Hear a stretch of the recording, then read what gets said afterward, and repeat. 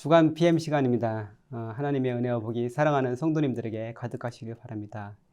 이제 다음 주 화요일이면 민족 명절인 설인데 이제 설을 맞아서 여러분 시골에들 많이 가실 텐데 안전하게 다녀오시기 바랍니다. 그리고 전에처럼 우리가 가족 친지를 만나고 마음껏 이렇게 코로나 전처럼 그럴 수는 없지만 그래도 그 가운데서 기쁨을 누리시는 여러분 되시기 바랍니다. 한 가지 제가 당부 말씀드릴 것은 우리가 어디 있든지 무엇을 하든지 그리스도인으로서 우리의 신분을 기억하는 여러분 되시길 바랍니다. 이제 대선을 앞두고 있기 때문에 뭐 여러 가지 이제 정치적인 의견을 서로 나눌 수도 있는데 그러다 보면 좀 격해지고 서로 이제 다툼이 있을 수도 있는데 우리가 하는 말이나 행동이나 이런 모든 것들이 예수님의 메시지가 될 수 있다는 사실을 기억하고 여러분의 모습으로서 하나님의 영광을 올려드리는 그런 은혜가 있기를 주님의 이름으로 부탁드립니다. 자, 오늘 같이 나눌 말씀 보겠습니다. 오늘은 사도행전 20장 28절부터 32절까지 말씀입니다. 제가 받들어 읽겠습니다. 여러분은 자기를 위하여 또는 온 양떼를 위하여 삼가라. 성령이 그들 가운데 여러분을 감독자로 삼고 하나님이 자기 피로 사신 교회를 보살피게 하셨느니라. 내가 떠난 후에 사나운 이리가 여러분에게 들어와서 그 양떼를 아끼지 아니하며 또 여러분 중에서도 제자들을 끌어 자기를 따르게 하려고 어그러진 말을 하는 사람들이 일어날 줄을 내가 아노라. 그러므로 여러분이 일깨어 내가 3년이나 밤낮 쉬지 않고 눈물로 각 사람을 훈계하던 것을 기억하라. 지금 내가 여러분을 주와 및 그 은혜의 말씀에 부탁하노니 그 말씀이 여러분을 능히 든든히 세우사 거룩하게 하심을 입은 모든 자 가운데 기업이 있게 하시리라. 아멘. 자, 첫 번째 질문입니다. 바울은 에베소 교회의 장로님들, 당시의 목사님들이죠. 그분들에게 교회를 잘 목양하라고 얘기하면서 그들을 어디에 부탁하나요? 이렇게 질문이 있습니다. 오늘 본문은 월요일 날 우리가 같이 묵상한 그 말씀인데 지금 바울은 어떤 상황이 있습니까? 그 예루살렘으로 올라가는 그 3차 전도 여행을 마무리하면서 예루살렘을 목표로 해서 올라가는 중입니다. 그 여정 가운데서 지금 밀레도라는 곳에 지금 머물고 있어요. 근데 그 밀레도는 어디냐면은 에베소가 이제 위쪽에 있으면은 그 남쪽 그 밑쪽에 있는 그 항구 도시가 바로 밀레도거든요. 그래서 이제 원래는 에베소에 들러서 이제 거기 있는 성도들을 위로도 하고 권면도 해야 되는데 시간이 좀 촉박해요. 오순절까지 가기에는 시간이 좀 촉박하기 때문에 거기 항구에 들려서 바로 이제 가려고 거기에 머무는 중입니다. 그래서 장로들을 초청을 해서 그들에게 권면의 말씀을 하려고 지금 하고 있는 겁니다. 그래서 이제 지금 여기서 바울이 하는 그 장로들한테 하는 그 당부가 바로 이제 고별 설교라고 할 수 있는데 그 설교의 내용이 바로 이제 오늘 우리가 본 그 내용입니다. 거기서 설교에서 세 가지를 바울은 이야기합니다. 첫 번째로는 에베소에서 어떻게 목회를 했는지 그 목회를 회고하고, 두 번째로는 바울의 결심 그리고 각오, 이제 예루살렘으로 올라가게 되면 어떤 일이 있을 것인지 뭐 이런 거에 대한 그런 것들을 얘기하고, 그리고 마지막으로 에베소 교회에 앞으로 어떤 상황이 있을 것인데 거기에 대해서 장로들에게 어떻게 좀 했으면 좋겠다 이런 당부를 합니다. 그래서 첫 번째로는 그 목회를 회고하는데 어떻게 에베소에서 목회를 했느냐, 겸손과 눈물로 3년 동안 사역을 했다 이렇게 얘기를 하고 있습니다. 여기서 겸손이란 말은 우리가 흔히 말하는 좀 자기를 너무 낮추고 막 이렇게 비굴하게 이런 게 아니고, 성경에서 말하는 겸손은 자기가 권리가 있고 자기가 할 수 있는 어떤 힘이 있는데도 불구하고 그것을 내려놓고 영광을 취하지 않고 비천하고 가난하고 힘든 사람들을 찾아가서 그들과 함께하면서 그들에게 하나님의 복음을 전하는 것, 이것이 바로 겸손의 본 모습입니다. 바로 예수님께서 그 모습을 보여주셨는데 바울도 예수님처럼 그렇게 했다는 것이죠.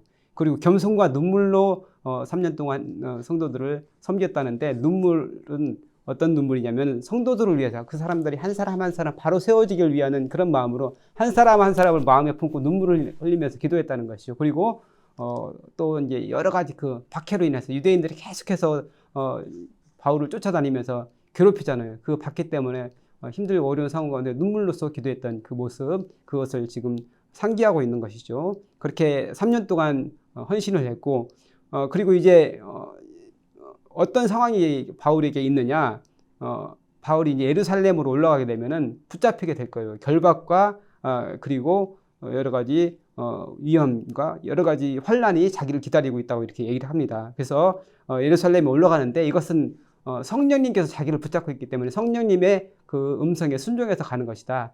이렇게 얘기를 하고 있습니다. 그래서 예수님을 위해서, 예수님의 이름을 위해서 내가 결박과 환란 이 모든 것도 다 감수하고 내 목숨까지도 내가 아끼지 않겠노라 이렇게 다짐을 합니다. 그리고 그 에베소 교회를 향해서 교회의 상황에 대해서 앞으로 이런 일이 벌어질 것인데 어떻게 해 주십시오 이렇게 당부의 말씀을 하는데 어떤 일이 벌어질 것이냐, 사나운 이리가 들어와서 양떼들을 헤아려 할 것이다. 여기서 사나운 이리는 무엇입니까? 바로 에베소 교회 이단이 들어올 것이라는 그런 얘기입니다.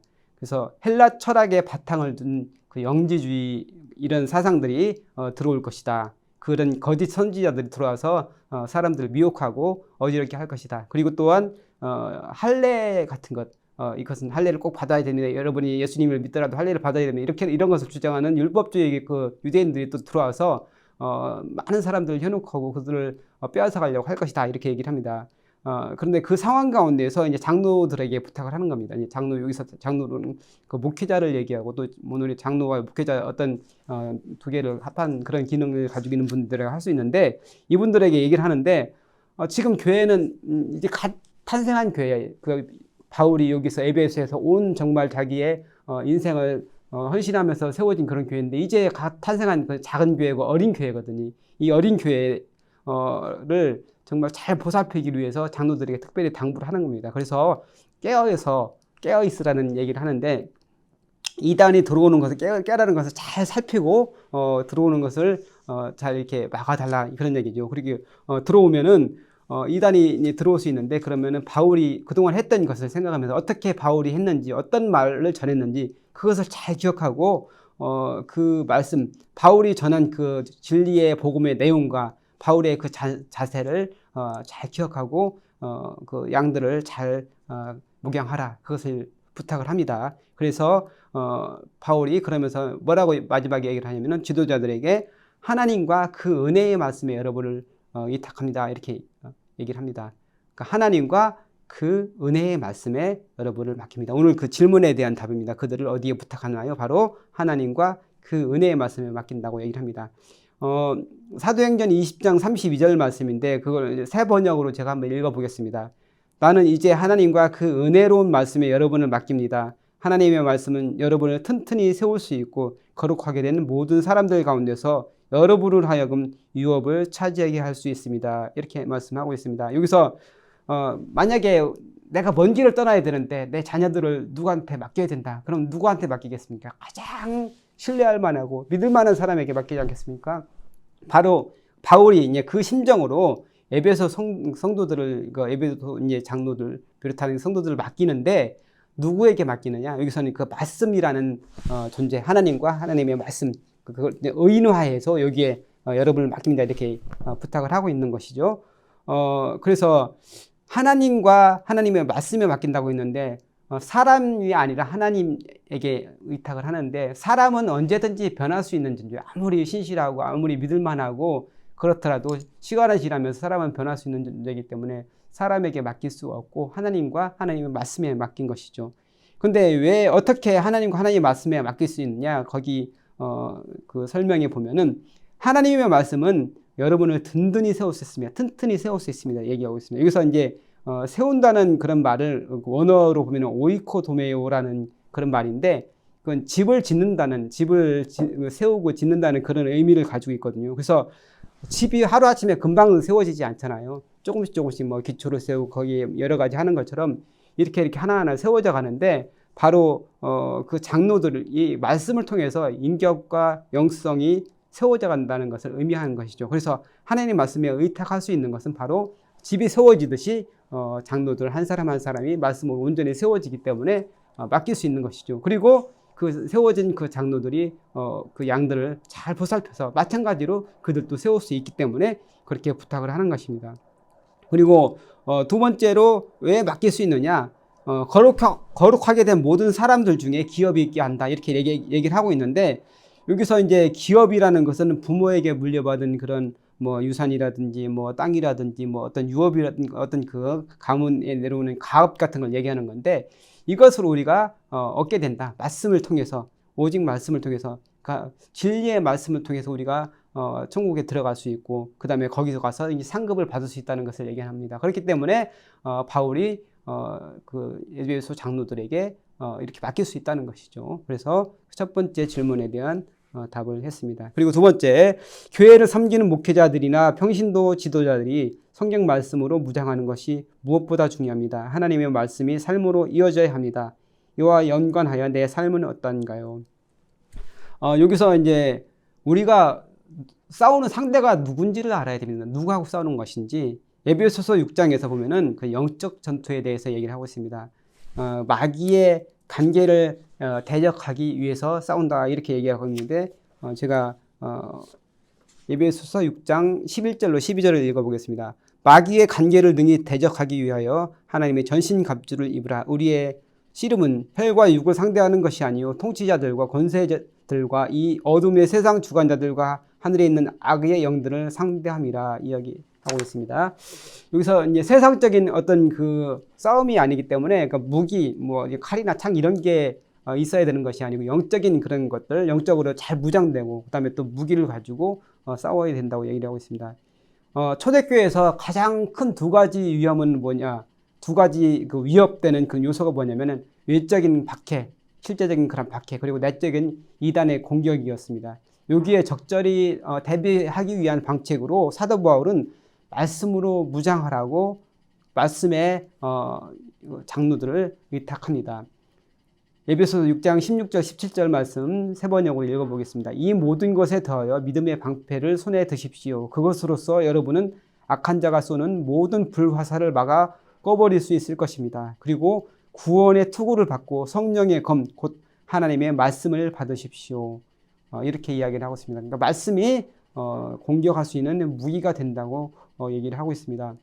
그래서 우리가 실제적으로 여러 가지 삶에서 겪게 되는 어려움이나 또 환난이나 여러 가지 영적인 그런 공격 가운데서 말씀을 많이 알고 있고, 말씀을 알아야만 우리가 영적인 전투를 할 수 있는데, 성령께서 위기의 순간에 우리에게 순간순간 말씀이 기억나게 하고 깨닫게 하시고 이렇게 합니다. 그래서 그 말씀을 통해서 우리가 승리하게 하시는데, 그러기 위해서는 어떻게 해야 됩니까? 말씀을 많이 알아야 됩니다. 그래서 말씀을 매일매일의 그 말씀 묵상을 통해서 하나님 말씀을 깊이 묵상하고, 또 꾸준히 있는 성령 통독을 통해서 여러분의 말씀을 또 깊이를 더하고 넓이를 더하는 그런 노력을 기울여야 됩니다. 그래서 말씀을 통해서, 말씀이 우리 안에 장착되어 있어야 그것이 위기의 순간에 싸움을 싸울 수 있다는 것이죠. 근데 여기서 우리가 그 말씀을 아는 것에 머무르는 것으로는 안 되고, 그 말씀대로 살아야만 그것이 능력이 됩니다. 마태복음 7장 24절에서 27절에 예수님께서 이렇게 말씀합니다. 그러므로 누구든지 나의 이 말을 듣고 행하는 자는 그 집을 반석 위에 지은 지혜로운 사람 같으리니, 비가 내리고 창수가 나고 바람이 불어 그 집에 부딪히되 무너지지 아니하나니, 이는 주추를 반석 위에 놓은 까닭이요 나의 이 말을 듣고 행하지 아니하는 자는 그 집을 모래 위에 지은 어리석은 사람 같으리니, 비가 내리고 창수가 나고 바람이 불어 그 집에 부딪힘에 무너져 그 무너짐이 심하니라. 아멘. 이렇게 말씀하고 있습니다. 그래서 우리가 하나님 말씀을 많이 알고 또 많이 묵상하고 또 암기도 하고 이렇게 하는 것이 중요하고, 또 가장 중요한 것은 그 말씀대로 우리가 살아가는 것이죠. 그렇게 할 때 우리가 그 능력 있는 삶을 살 수 있고 영적인 전투에서 승리할 수 있다고 말씀하고 있습니다. 이렇게 오늘 구역에서 같이 나눌 수 있는 그런 말씀을 우리가 살펴보았습니다. 그리고 다음 주 한 주간에 우리가 묵상할 본문을 한번 전체적으로 쭉 한번 살펴보겠습니다. 그래서 31일 월요일부터 그리고 2월 토요일 마지막이 며칠인가요? 2월 5일이죠. 그날까지 그 내용은 사도 바울이 예루살렘에 올라가서 이제 붙잡히게 됩니다. 그리고 잡혀서 이제 마지막으로 이제 가이사랴에 호송될 때까지 그 과정, 예루살렘에서의 그 전체적인 그 붙잡힌 이후의 상황에 대해서 얘기를 하고 있습니다. 그래서 월요일 날은 사도행전 22장 3절에서 11절 말씀인데, 예루살렘에 올라간 바울이 이제 그 에베소 출신 그 유대인들, 많은 그 극성 유대인들에게 이제 붙잡혀서 죽을 위험에 처하게 됩니다. 근데 이제 그때 어떻게 해서 구출되느냐? 그 예루살렘 치안을 담당하고 있던 그 천부장 로마 군대가 그 소요가 있다는 것을 알고 출동을 해서 바울을 구금을 하게 되는 것이죠. 그렇게 해서 바울이 구출이 됩니다. 그래서 그 상황에서 바울은 헬라어로 천부장에게 자신이 어느 정도 좀 격식이 있고 지식이 있는 사람이라는 것을 알려서 유대인들에게 연설할 수 있는 기회를 얻게 됩니다. 그래서 이제 월요일 날 하는 내용이 바로 이제 연설하는 내용인데 어떤 이야기를 하느냐? 자기는 유대인이다. 여러분과 똑같은 유대인이고 그 다음에 가마리엘 문화에서 공부를 열심히 한 사람이고 하나님 향해서 열심히 아주 특심 있는 그런 사람이었다. 그래서 그리스도인들을 잡아서 죽이는데 정말 열심히 했던 사람이고 대제사장에게 그 서류를 받아서 다메섹 도상에 가서 다메섹에 가서 사람들 그리스도인들을 잡아오는 것이 자기 임무였다. 그러다가 거기서 예수님을 만났다. 그러니까 살아계신 예수님, 부활하신 그 예수님을 만나고 자기가 변화되었다. 이런 얘기를 하고 있습니다. 이게 이제 월요일 상황이고 예수님을 만나고 강한 빛으로 인해서 이제 눈이 멀게 되죠. 그래서 눈이 멀게 된 상황에서 담메색으로 들어가기까지 상황이 월요일 상황입니다. 그리고 화요일 날은 그 사도행전 22장 12절에서 21절까지인데 아나니아가 다시 바울에게 안수를 해서 눈을 보게 하고 그 다음에 그 아나니아를 통해서 예루살렘으로 올라가서 제자들과 만나고 제자들에게 이제 소개가 되는 그런 내용입니다. 근데 여기서 예루살렘 성전에서 기도하는 중에 하나님께 예수님께 이제 사명을 받는 것이죠. 예루살렘에서는 더 이상 유대인들이 내 말을 듣지 않으니까 이방으로 가라. 거기 가서 복음을 전하라. 이런 말을 듣게 됩니다. 여기서 중요한 것은 예루살렘 성전에서 환상을 봤다는 것인데 예루살렘 성전은 유대인들에게 있어서 아주 중요합니다. 신앙에 있어서 가장 중요한 것이 예루살렘 성전이고 성전 중심으로 살았던 것이 바로 이스라엘 백성들입니다. 그렇기 때문에 성전에서 환상을 봤다는 것은 예수님을 믿는 신앙이 바로 신앙의 정통성 위에 있다. 이것을 얘기하는 것입니다. 그리고 수요일 말씀은 사도행전 22장 22절로 29절인데 여기서 이제 군중들이 바울이 이제 막 이렇게 얘기를 하는 중에 이렇게 연설을 하는 중에 바울을 죽이라고 소리를 지르고 난동을 피우죠.